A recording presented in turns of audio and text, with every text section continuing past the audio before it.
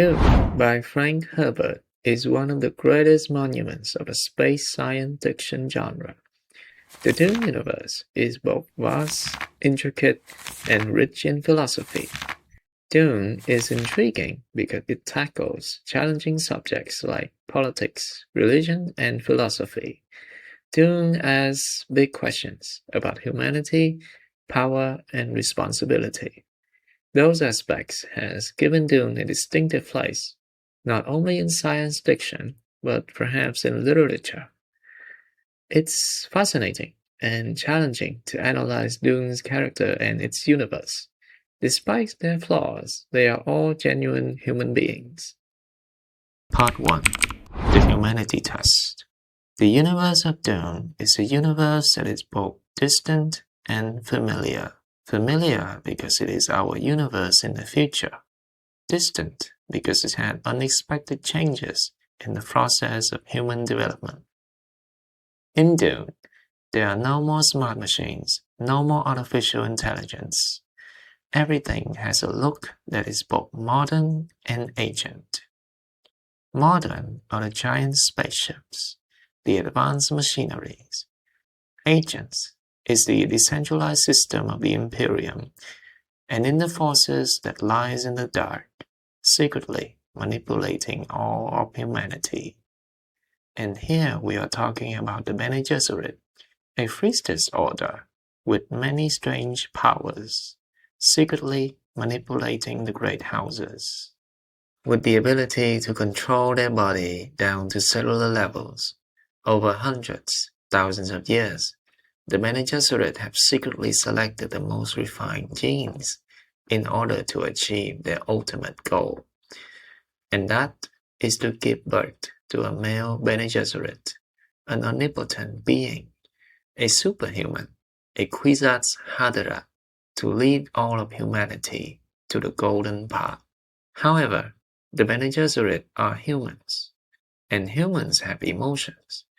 Even though the Bene Gesserit are taught to control themselves to the utmost, but at their core, they are still human, capable of love, hate, hope, and have self-respect. Among these things, a small change occurred in the Bene Gesserit clan that has been built for dozens, hundreds of generations.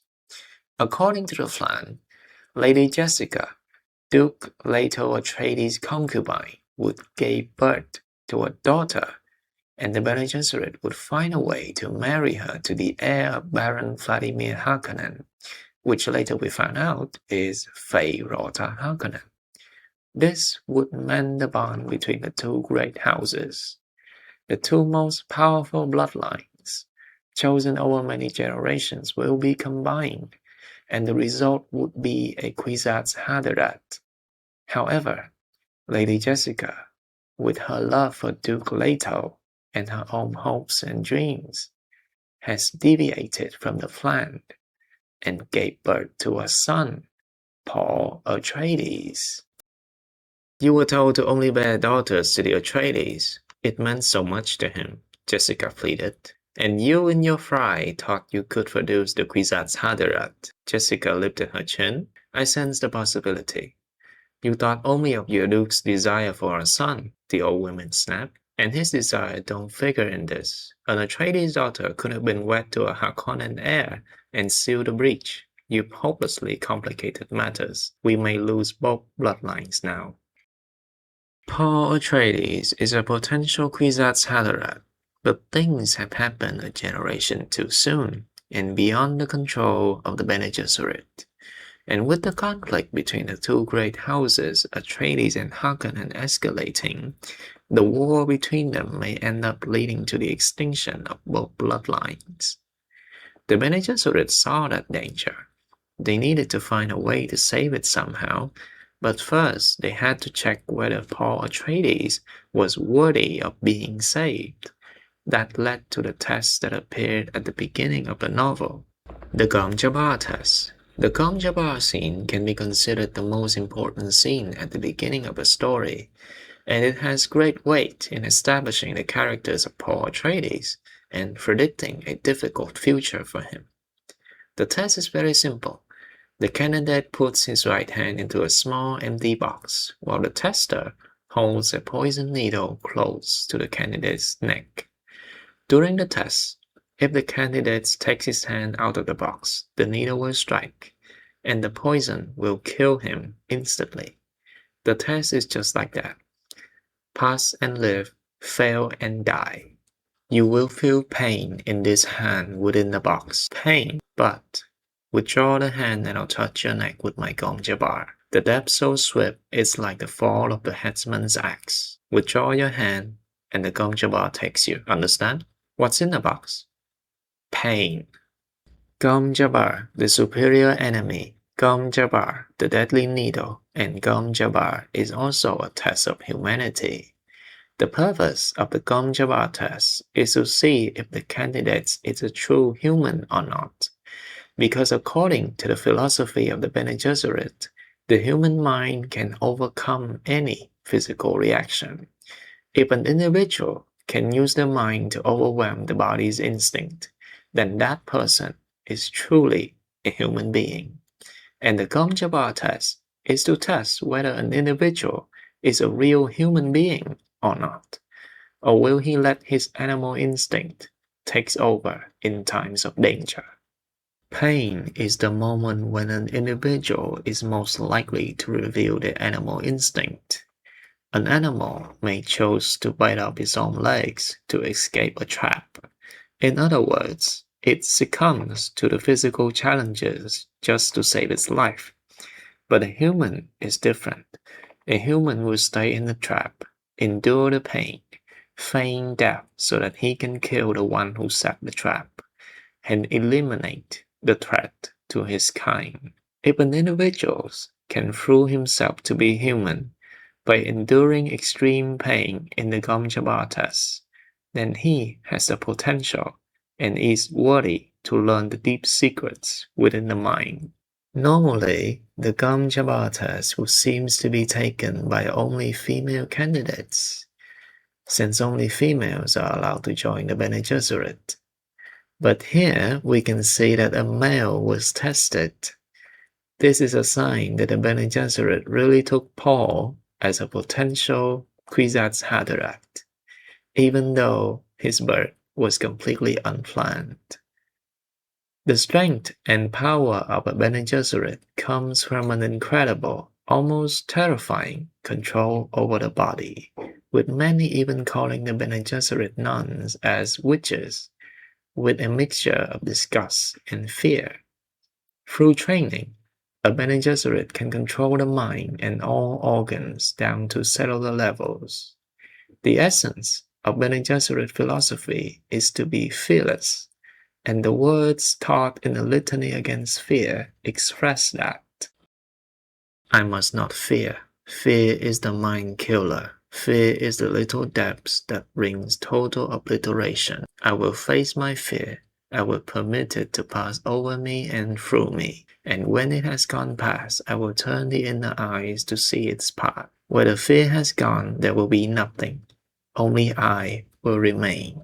Paul Atreides was born with Lady Jessica's hope that he has the potential to become a Kwisatz Haderach. So from an early age, he was trained in the methods of the Bene Gesserit. Paul's visionary abilities were revealed early on, and he had remarkable control over his body, tolerance against pain and fear.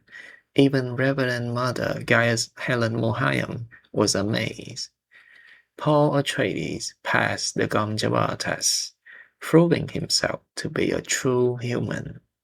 But that gom jabbar in the paradise of Caladan was only a small beginning, a harbinger of another gom jabbar that was even bigger and far more dangerous for Paul.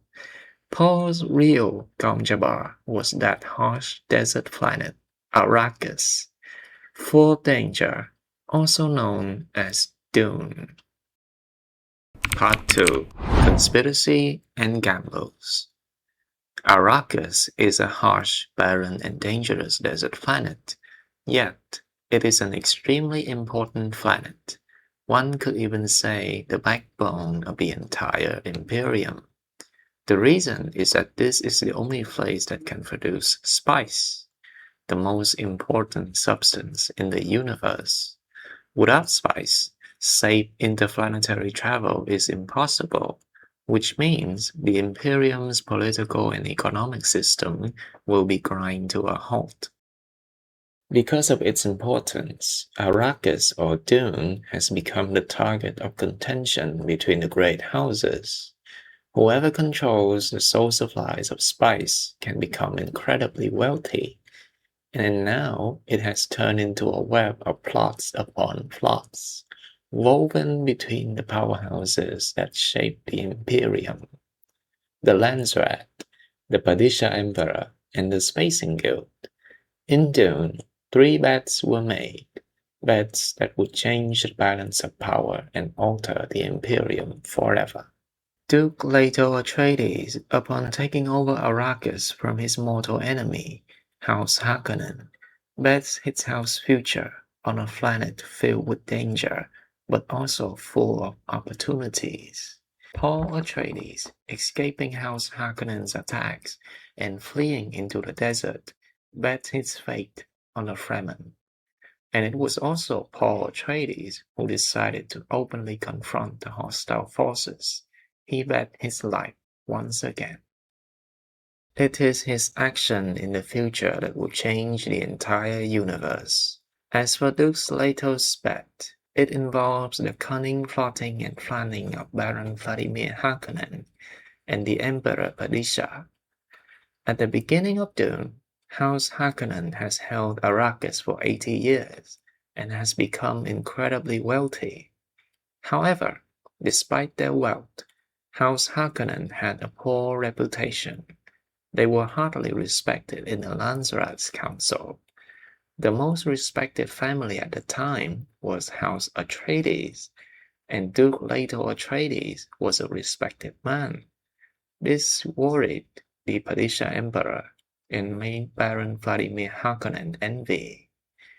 So the Baron and the Emperor secretly joined hands, conspiring to destroy House Atreides. First, the Emperor would find an excuse to take Arrakis from the Harkonnen and give it to the Atreides, under the excuse of improving the spice production and ending the conflict with the native people, the Fremen.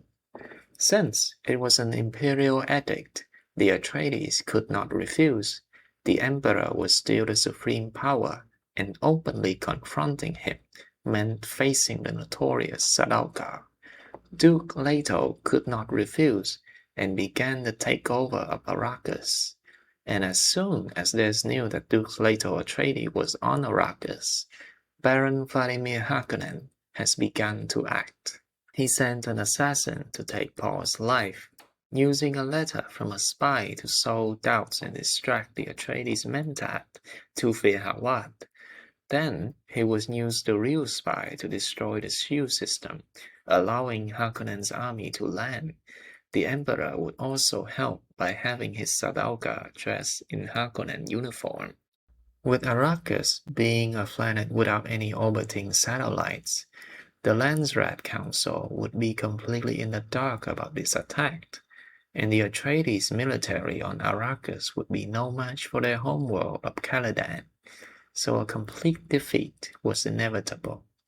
And so when it was all over, all that would be known was that this was a single Harkonnen attack, and the Emperor had no knowledge of it. Paul, the Duke frowned at his son. Knowing where the trap is, that is the first step in evading it. This is like single combat, son, only on a larger scale. A feint within a feint within a feint, seemingly without end. The task is to unravel it. Knowing that the Harkonnen stockpile melange, we ask another question. Who else is stockpiling? That's the list of our enemies. Who? Certain houses we knew were unfriendly, and some we thought friendly. We need not consider them for the moment, because there's one other much more important. Our beloved Padishah Emperor. Paul tried to swallow, and the throat suddenly dry. Couldn't you convene the Landsrat? Expose? Make our enemy aware we know which hand holds the knife? Ah, now, Paul, we see the knife now. Who knows where it might be shifted next? If we put this before the Landsrat, it only create a great cloud of confusion. The Emperor would deny it. Who could gainsay him? All we gain is a little time while risking chaos. And where would the next attack come from? This plot was not too difficult to see. Duke Leto knew very well that he was walking into a trap. He even knew that there would be Sadauka soldiers dressed in Harkonnen uniforms.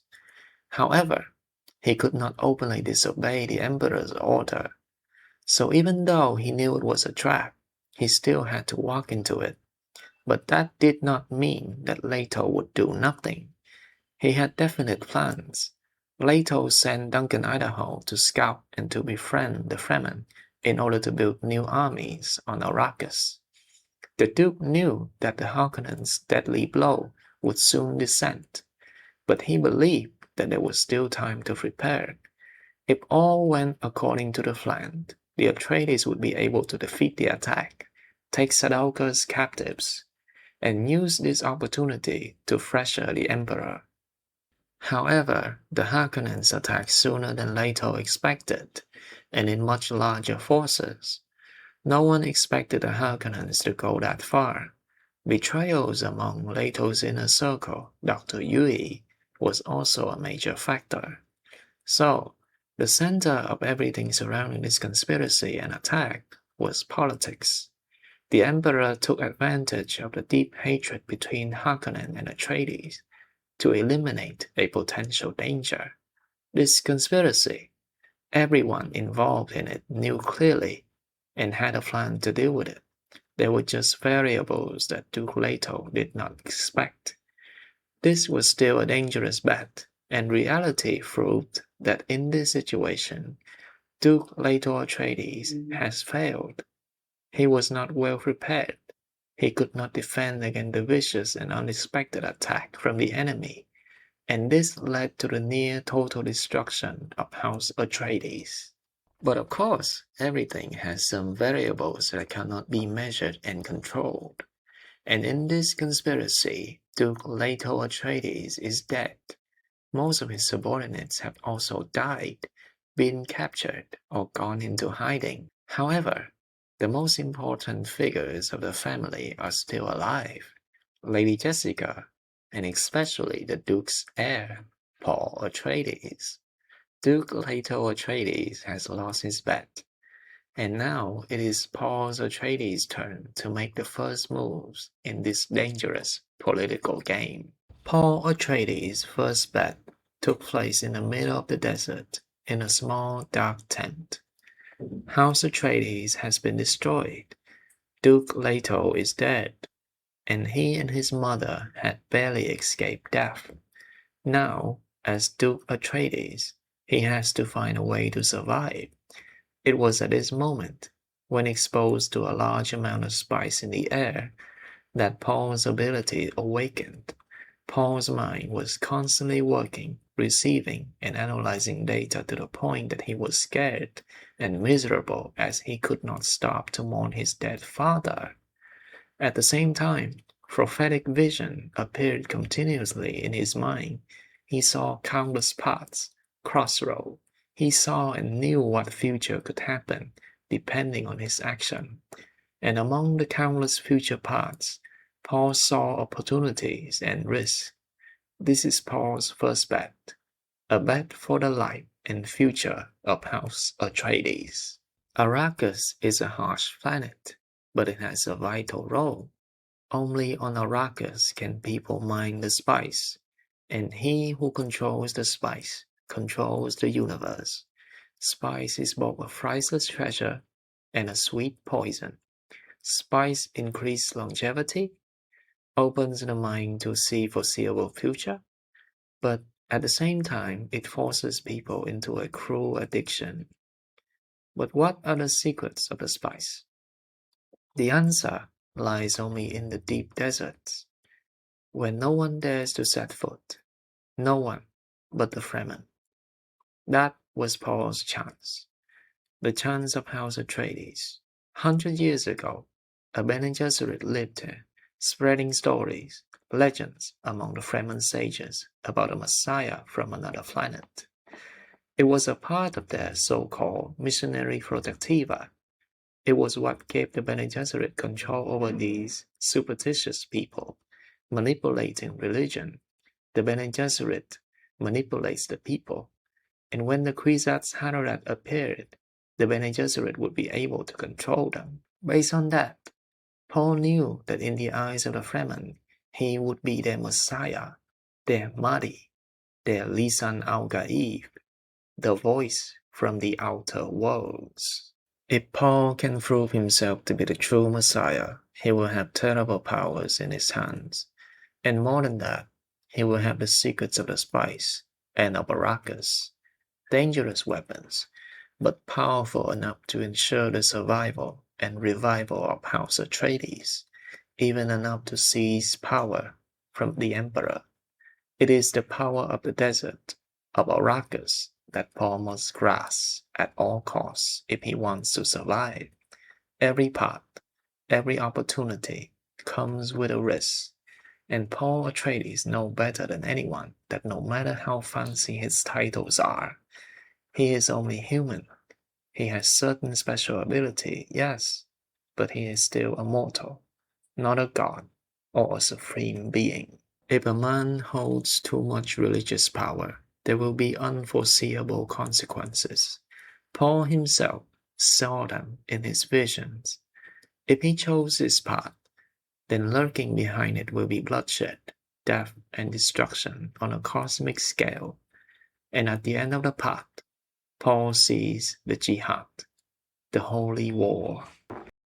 He has seen a warrior religion there, a fire spreading across the universe with the Atreides green and black banner waving at the head of fanatic legions drunk on spiced liquor. Gurney Halleck and a few others of his father's men, a pitiful few, were among them, all marked by the hawk symbol from the shrine of his father's skull. "I can't go that way," he muttered. "That's what the old witches of your school really want." "I don't understand you, Paul," his mother said. He remained silent, thinking like the seed he was, thinking with the race consciousness he had first experienced as terrible purpose.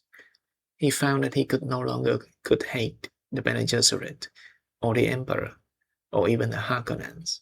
They were all caught up in the need of their race to renew its scattered inheritance, to cross and mingle and infuse their bloodline in a great new pooling genes. And the race only knew one sure way for this, the ancient way, the tried and certain way that rolled over everything in its path, jihad. Surely I cannot choose that way, he thought. But he saw again in his mind's eye the shrine of his father's skull, and the violence with the green and black banner waving in its midst. Jessica cleared her throat, worried by his silence. Then, the Freeman will give us sanctuary? He looked up, staring across the green-lighted tent at the inbred patrician line of her face. "Yes," he said. "That's one of the ways," he nodded. "Yes, they'll call me Muad'Dib, the one who points the way. Yes, that's what they'll call me." And he closed his eyes, thinking, "Now, Father, I can warn you." He felt the tears coursing down his cheeks. This was Paul Atreides' bet, betting his future, his family's, and the entire universe on the Fremen, who held the deepest secrets of Arrakis, were Paul's greatest hope and greatest threats to his future. He knew full well that in the eyes of these superstitious people, he had become a possible candidate for their Messiah. By exploiting this, Paul would have at his disposal an army that was both powerful and fanatical. When you combine the two, the result would be a formidable force. Look to the Emperor's Sadokers, fanatical and absolutely loyal killing machines. If Paul chose the Fremen path, he would have an army like that, only more formidable. Paul has seen terrifying visions of the jihad, of fanatical Fremen armies, shouting his name, slaughtering tens of billions and destroying hundreds of planets, under the banners of the Atreides. Paul knew what would happen if he chose to follow this path, and he reminded himself, I cannot choose this path. But in the end, Paul Atreides still decided to seek out the Fremen, knowing full well the dangers that this path brought. It was a difficult decision for a 15-year-old boy to make, not to be fooled by Paul's titles, Duke Atreides, Mentat, possible Kwisatz Haderach. Deep down, Paul was just a 15-year-old boy, scared, confused, not knowing what to do when all the powers awaken. They pour into Paul's mind all at once, causing him to panic even more in an already dangerous situation. And now, Paul had to choose a difficult decision when the burdens of countless lives in the universe weighed heavily on his shoulders. The moment Paul accepted to walk the path into the deep desert with the Fremen was the moment he accepted to bet the fate of the entire universe. That was the moment Paul Atreides chose to become the Messiah of the Fremen. Paul Atreides chose to become the Kwisatz Haderach. Part 3. Muad'Dib, the Messiah. We know that on the night House Atreides was attacked and destroyed, Paul Atreides awakened his powers in the desert when exposed to a large amount of spice in the air. It was then that he saw terrifying visions of the jihad in his name, but for the survival of Paul and his mother, for the futures of the Atreides family, for the hatreds of his enemy, Paul chooses the path that could lead to the Holy War, and he sought out the Fremen, knowing full well what impact he would have on these superstitious people. It was the only way, and as it turns out, the Fremen were a formidable force, an effective tool for the Atreides' revenge. They live in harsh, barren places, worshipped and conquered the fearsome sandworms. They were extremely elite warriors, and when Paul Atreides proved his ability, they saw his power. The Fremen accepted the Atreides family. Paul Atreides became Paul Muad'Dib, and eventually became known simply as Muad'Dib. Muad'Dib, the religious leader, the Mahdi of the Fremen, the voice of the outer world, the one who will lead the Fremen to victory and freedom. That was the role, the title the Fremen gave Paul. For 2 years, he led the Fremen in their war against House Harkonnen. Paul led them, trained them in new ways of fighting and warfare. Paul united many of the Fremen sages to create large, skilled, and increasingly fanatical armies. Among the Fremen, the name Muad'Dib spread as a prayer for salvation. Muad'Dib became the symbol of the desert, of Arrakis, the one who would free the Fremen from the tyrannical House Harkonnen. Muad'Dib was a savior, the saint who emerged from Fremen legends. Muad'Dib was a prophet who would turn Dune into a paradise, and under Muad'Dib's banner, the Fremen would find glory and would be saved. Just like what Paul feared when choosing this path, now he was an unwilling religious leader of the Fremen. They worshipped him, fought for him, and died for him. They shouted the name Muad'Dib in battle and in prayers. Paul didn't gain friends, he gained followers. Paul's own mother had become a religious leader of the Fremen. The missionary protectiva of the Bene Gesserit has planted the first seeds in the superstitious Fremen communities. And now, Paul and Lady Jessica has turned them into tall, sturdy trees, even though they had done so unwillingly. The Fremen trusted Paul completely because of his mysterious powers and for his practical talents. The Fremen needed a Messiah, a hero to unite them all, and Paul was that hero. Paul was confused, worried, and frightened as things spiraled out of control. Of course he was. At first he told himself he could not let the Holy War happen, but from the moment he accepted a path that led into the Fremen deserts, the future where the Holy War swept the universe has begun to take shape. Paul seemed caught between the horrors of that bloody future and his responsibility as Duke Atreides. Paul's tragedy was that he seems to have no one to guide him, to show him the way. Lady Jessica both loved and feared him. She loved her son, Paul Atreides, but she feared the man called Muad'Dib, and she could not understand the burdens inside Paul's mind. The Fremen worshipped him, admired him. Paul was their leader, their Messiah. No one could teach him or share the burdens of his mind. Paul was always caught between the present and the future visions. They came and went without warning, to the point where he often wondered if what he saw in his mind has actually happened. His vision has awakened, but not fully, because Paul could not control them. The visions came unbidden, and they became increasingly narrow. So Paul took a risk once more. To be able to control that ability, he had to control the vision. He couldn't let them control him. Once again, Paul chose his fate. He chose to become a Kwisatz Haderach, or die. For the Bene Gesserit, to reach the ultimate control of the body, which is to become a Reverend Mother, they will have to go through a dangerous test. We know by now that the Bene Gesserit are trained to be able to control every cell in their body, transform and rearrange them. For that test, the person will be given a liquid called water of life, a substance extracted from sandworms when drowned. It is a terrible poison, when just one drop is enough to kill a person. The task here is to transform the water of life into a harmless liquid, removing all the toxins in it. If successful, that person will unlock the ultimate skill of a Bene Gesserit.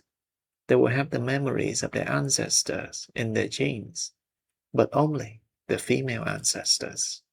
The Bene Gesserit cannot look into the memories of their male ancestors.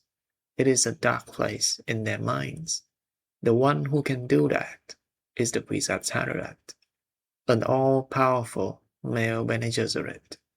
Lady Jessica has undergone this dangerous ritual when she became the Reverend Mother of the Fremen. Paul knew this. He knew how dangerous it was to perform it. But it was necessary. The only way to give him an absolute advantage in the fight against House Harkonnen, the Padishah Emperor, and the Spacing Guild. For Paul, this was just another Gom Jabbar test. Pass and live, fail and die. And so, Paul drank the water of life. And with just one drop, he was in a coma for 3 weeks, almost dead. And after being cured and waking up, he had mastered his visionary ability. He unlocked the ancestral memory deep in his genes. He could see in the dark places in his heart that no Bene Gesserit dared to see. He saw the past, the present, and the future.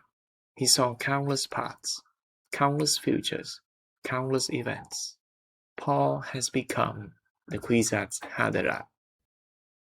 Others would spread the story until it was a fire over the land.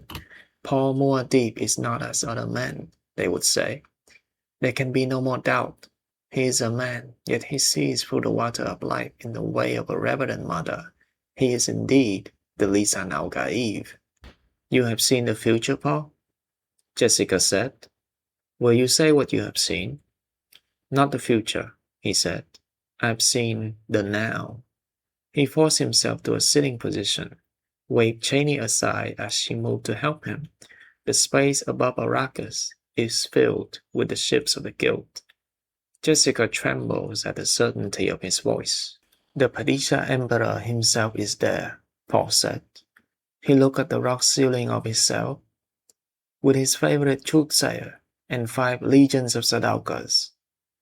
The old Baron Vladimir Harkonnen is there, with 2 Fey'Hawat beside him, and 7 ships, jammed with every conscript he could muster. Every great house has its raiders above us, waiting. By now, Paul has accepted his fate, and the consequences of his decision.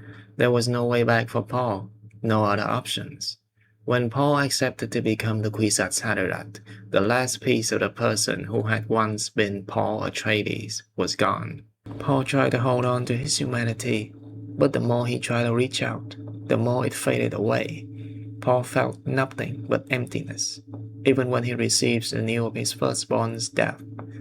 He tried to feel grief, but his mind pushed all emotions away to complete the task at hand. How terrifying was the pure reasoning of a mentat! How terrifying was the wisdom and indifference of a Kwisatz Haderach! Paul chose to become a Kwisatz Haderach, bitterly, painfully, and helplessly. It has to be done. Paul knew it, and he knew it was that very act that drives the final nail into the so-called Holy War. There is no one left to stop that future from happening. Isn't it ironic that everything Paul does leads to the jihad, even though he told himself he couldn't choose that path? Is that the tragedy of a man who can seize the future? Nothing can stop the Holy War, because at this point, Paul has chosen to become the Saint Muad'Dib, the Mahdi of the Fremen. Even if he dies, the Fremen will continue to fight, bringing the flames of war to every corner of the universe in his name, and that cannot be changed. And Paul saw how futile were any efforts of his to change any smaller bits of this. He had thought to oppose the jihad within himself, but the jihad would be. His legions would rage out from Arrakis even without him. They needed only the legend he already had become. He had shown them the way, giving them mastery even over the guilt, which must have spiced to exist. A sense of failure pervaded him, and he saw through it that Faye Rota Harkonnen had slipped out of the torn uniform, stripped down to a fighting girdle with a small mail core. This is the climax, Paul thought. From here, the future will open, the clouds part onto a kind of glory, and if I die here, they'll say I sacrificed myself that my spirit might lead them, and if I live, they'll say nothing can oppose Muad'Dib. Such was the tragedy of Paul Atreides, a Kwisatz Haderach who had come too soon, a Kwisatz Haderach who could have been free from the Bene Gesserit's control, but was held back by the visions and crossroads of his mind. That Kwisatz Haderach, who had been Paul Atreides, had become Paul Muad'Dib, the new Padishah Emperor and the Messiah of the Fremen. How lonely and miserable he was when his final choices still led to the terrible thing called the Holy War. Paul Atreides has chosen his destiny, and that choice brought terrible tragedies to himself and the whole universe. He was not a hero, not the chosen one, not a Messiah. Those were titles given by his followers. That was what they wanted him to be. But at heart, Paul Atreides was a man, and he was a tragic one. Paul Atreides in particular, and the entire cast of Dune and its sequels are complex and often tragic characters. If we only know the Dune motive, it is easy to think that this story will follow the usual route of a sci-fi adventure with a chosen one archetype. However, Dune is not that simple. The story of Dune is Frank Herbert's reflection on power, responsibility, politics, and religion, the roles of actions, and the tragedy of the people in it. Paul Atreides is a typical character for Herbert's philosophy, and perhaps the tragedy of this character is what draws us into Dune, even after decades have passed. That's the end of my analysis. Thanks so much for staying here with me, and I've got an exciting announcement to make. Currently, I'm running a giveaway. I will be giving away the deluxe edition of Dune. It's the book you see on the screen. To enter, all you need to do is to be a subscriber, and you need to comment. Once I hit 10,000 subscribers, I'm going to pick a random comment from one of my videos, and the winner will get the book shipped straight to them, free of charge, no matter where you live. So don't forget to like, comment, and subscribe. Thanks again for sticking around until the end, and I'll see you in the next one.